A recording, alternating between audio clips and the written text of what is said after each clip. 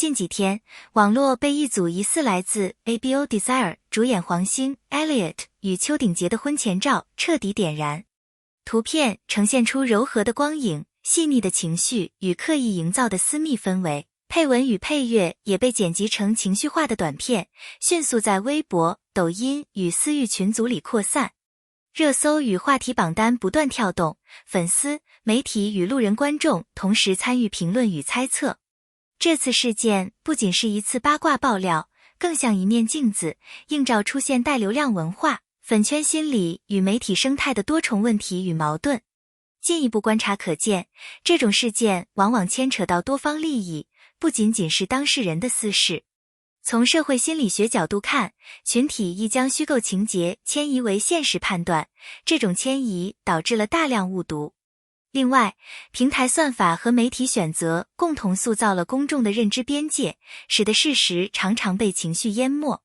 我们应当以更审慎的态度对待未经证实的信息，同时呼吁媒体承担更多核实责任。所谓婚前照看似简单，细节却能说话。从服装款式、饰品位置、接触的角度到背景的景深与光源方向，都可能暴露出拍摄的真实意图，是临时快照、私人婚拍，还是有意为之的精修宣传照。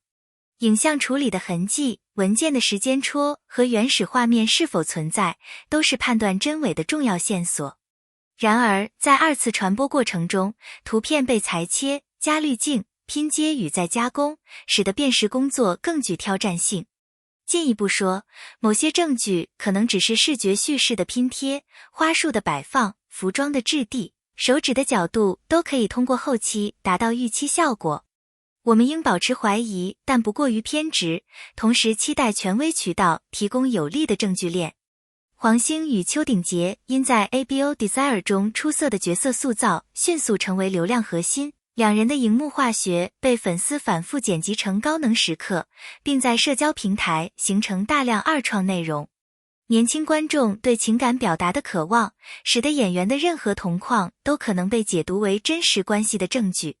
此外，两位演员在私下场合互动的碎片化曝光，为公众想象提供温床，进一步模糊了职业展示与私人情感之间的界限。与此同时，演员的公众形象、代言定位与粉丝结构都会影响事件的传播路径。行业对流量苗头的敏感，使得每一次互动都有被放大并资本化的可能。对当事人而言，这既是名利的来源，也可能成为负担与陷阱。影视表演的目标是产生可信度，这就要求演员将情感内化，并在镜头前自然流露。长期合作的演员在信任基础上会建立起默契，而这种默契在镜头外也可能表现为真实友谊或亲密举动。观众在长期观看过程中容易产生伴随式错觉，将角色的情感外推到演员现实中，从而导致误判与过度解读。理解表演及职业和私人生活及现实之间的差异，是判断此类事件的关键认知点。对于创作者与观众而言，认识到表演的艺术属性与观众情感投入的界限，有助于减少不必要的情绪波动与道德审判。照片流出后，粉丝群体呈现快速分化，一部分群体把事件视为幸福的延续，制作祝福图集，组织线上应援；另一部分则为隐私被侵犯、形象受损而忧心忡忡，呼吁理性和等待官方回应。更极端的粉圈行为包括网络跟踪、扒取私人信息，甚至攻击意见粉丝。面对情绪化爆发，粉丝群体本身也需要反思，对偶像的热爱是否应以尊重隐私和法律为前提。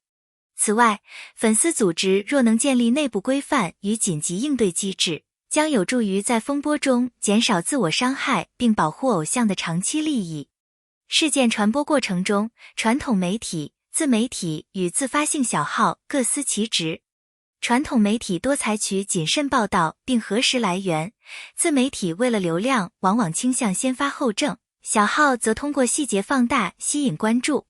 这样的生态使得真假难辨的信息得以快速扩散，而流量背后的广告主与平台收益方在某种程度上也推动了这种热度优先的传播模式，最终受损的是信息真实性与公众信任。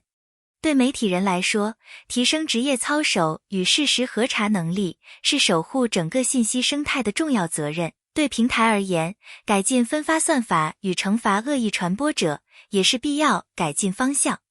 社交平台的推荐算法倾向于高互动内容，争议性话题因此得到更多曝光。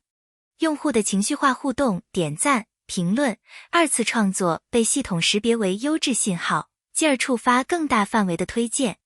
这样的自动放大机制忽略了事实核查的时效性，使得未经确认的图片或传闻在短时间内获得极高关注，形成事实尚未清晰而舆论已成定局的危险局面。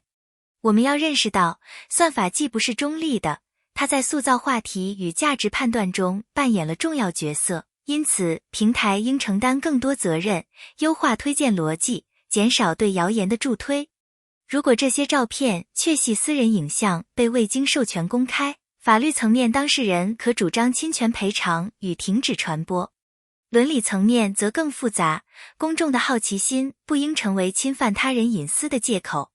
媒体与个人在消费信息时应自觉设限，平台也需要更严格的内容管理机制与投诉渠道，以在言论自由和个体权利之间找到平衡。除此之外，社会公众也应提升隐私保护意识，拒绝参与非法获取与传播，以法律与道德共同构筑对隐私的多层保护网。将私密照片作为营销手段具有明显的市场吸引力，可以短时间内制造流量，提升观众对节目或演员的关注。但这样的流量策略若被揭穿，会造成信任危机、品牌损伤与法律后果。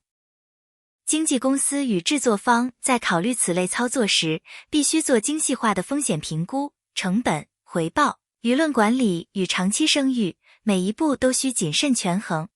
长期来看，短期刺激若以牺牲诚信为代价，最终会削弱公众对整个行业的信任，得不偿失。短期内，这样的曝光会带来访谈、商业邀约和在线热度，流量经济下很多商业资源会蜂拥而至。中期则更显关键，艺人的形象管理是否稳健，将决定品牌主是否继续合作，制作方是否愿意在国际市场推介作品。若处理不当，信誉损失可能导致代言撤出、合作搁置与职业定位受限。对此，艺人团队需要制定长期品牌策略，并在危机出现时迅速采取透明且具有公信力的行动，以最大限度降低损害并重建信任。作为 BL 题材的代表作， ABO Desire 本就承载着特定受众期待。若主演之间的私人传闻频繁被作为营销工具，会引发对整个行业伦理的怀疑，观众是否在被消费真实情感的假象？这对行业长期健康发展不利。相反，若处理得当，合理的宣传与透明沟通可能推动题材更多被主流接受。